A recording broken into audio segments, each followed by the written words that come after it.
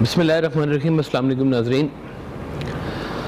موت سے زیادہ خوفناک شے موت کا ڈر ہے۔ ہم روزمرہ زندگی میں یہ دیکھتے ہیں کہ لوگوں میں یہ مر جانے کا جو ہے کافی زیادہ ڈر رہتا ہے۔ انسان کی سرشت میں ہے کہ اس نے آنا ہے اور یہاں سے جانا ہے۔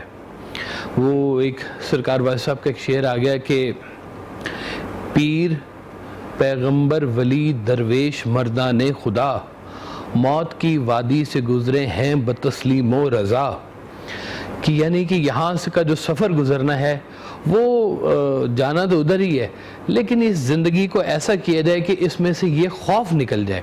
قرآن کریم میں آیا ہے کہ نہ ان کو خوف ہوتا ہے نہ ان کو غم ہوتا ہے۔ یہ وہ لوگ ہیں جنہوں نے اپنی زندگی کو بڑا با مصرف بنایا ہوتا ہے، ہر با مقصد بنایا ہوتا ہے۔ ایک شخص تھا، اس کو موت کا خوف لاحق ہو گیا اور اس نے اسی خوف میں بھاگنا شروع کر دیا۔ تو آواز آئی کہ موت تمہارے پیچھے نہیں تمہارے آگے ہے۔ وہ وہاں سے پلٹا اور دوسری طرف بھاگنا شروع ہو گیا۔ پھر آواز آئی کہ موت تمہارے پیچھے نہیں تمہارے آگے ہے۔ وہ پھر پلٹا اور پھر بھاگا۔ پھر آواز آئی کہ موت تو تمہارے ساتھ ہے، یہ تو ہر وقت تمہارے ساتھ ہے۔ سرکار ویسا فرماتے ہیں کہ زندگی کی محافظ جو ہے وہ موت ہے۔ جب تک موت نے نہیں آنا آپ کی زندگی کو کچھ بھی نہیں ہو سکتا، اور جب اس نے آنا ہے تو پھر معاملہ ہی سارا ختم ہو جانا ہے۔ یہ آپ کی دوست ہے، آپ کی ساتھی ہے، یہ آپ کو وصال کرواتی ہے یہاں سے کہیں اور کا، وہ دوسری جگہ کے ساتھ آپ کی ایک کنیکٹیوٹی کرواتے ہیں۔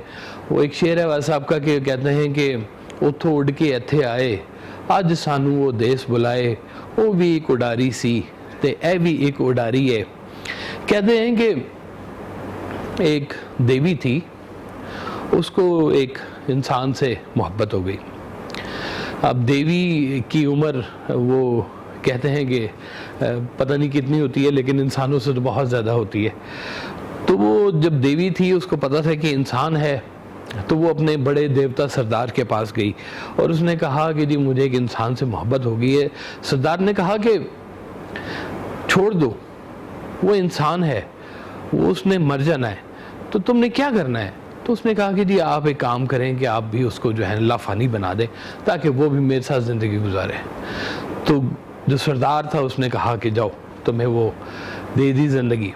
اب کہتے ہیں کہ بڑھاپے نے آن لیا، موت تو نہیں آ رہی تھی لیکن بڑھاپا تو آ رہا تھا۔ بڑھاپے کے آتے کے ساتھ ہی سماعت بھی کمزور ہو گئی، بصارت بھی کمزور ہو گئی، جسم نے بھی جواب دینا شروع کر دیا، یادداشت بھی بھولنی شروع ہو گئی۔ تو اس انسان نے دیوی سے کہا کہ دیوی مجھ پر خدا کے لیے مہربانی کرو اور مجھے موت دے دو۔ تو دیوی نے کہا کہ پھر دوبارہ گئی اپنے سردار کے پاس اور کہا کہ جی اب اس کو موت دے دیں۔ تو سردار نے کہا کہ اس زندگی کا انجام موت ہی ہونا چاہیے۔ موت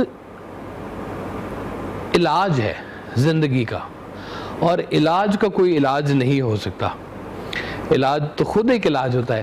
تو یہ زندگی ہمہ دم ہر وقت اس وادی کی طرف جا رہی ہے جہاں پر جو ہے وہ انسان نے آخر اپنی منزل کو پا لینا ہے۔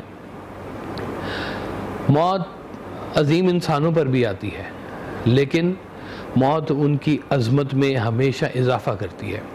جنہوں نے زندگی کا کوئی مقصد بنایا ہوا ہے ان کے لیے موت کچھ نہیں کہتی۔ موت تو بے مقصد زندگی کا نام ہے، کہ جس کی زندگی میں کوئی مقصد نہیں ہے وہ سمجھے کہ یہاں پر بھی مرا ہوا ہے، اور جس نے کوئی زندگی میں مقصد بنایا ہوا ہے، نیک مقصد بنایا ہوا ہے، وہ ان کی زندگی ہمیشہ سے چلتی جا رہی ہے۔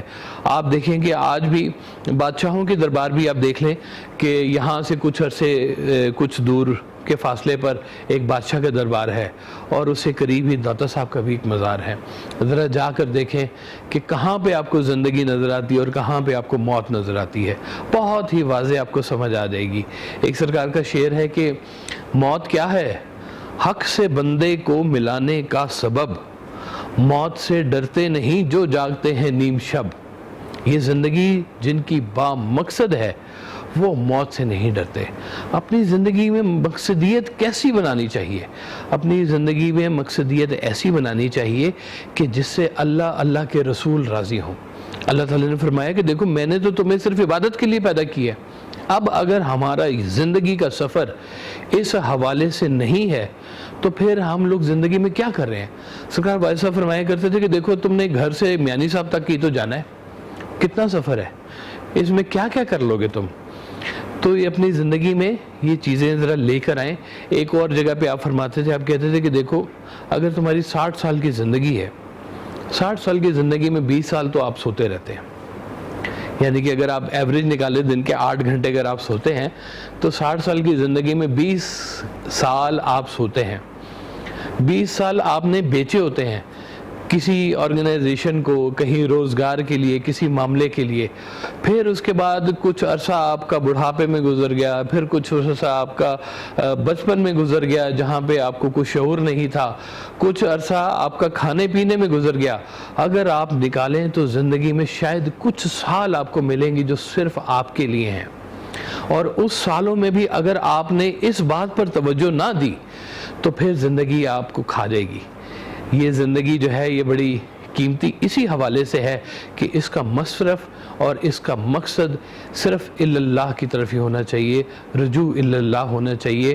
اس میں مقصدیت ایسی ہونی چاہیے کہ آپ کا سفر اللہ کی طرف ہو، اللہ کے بندوں کی طرف ہو، اور اللہ کے بندوں سے پیار کرنے کی طرف ہو۔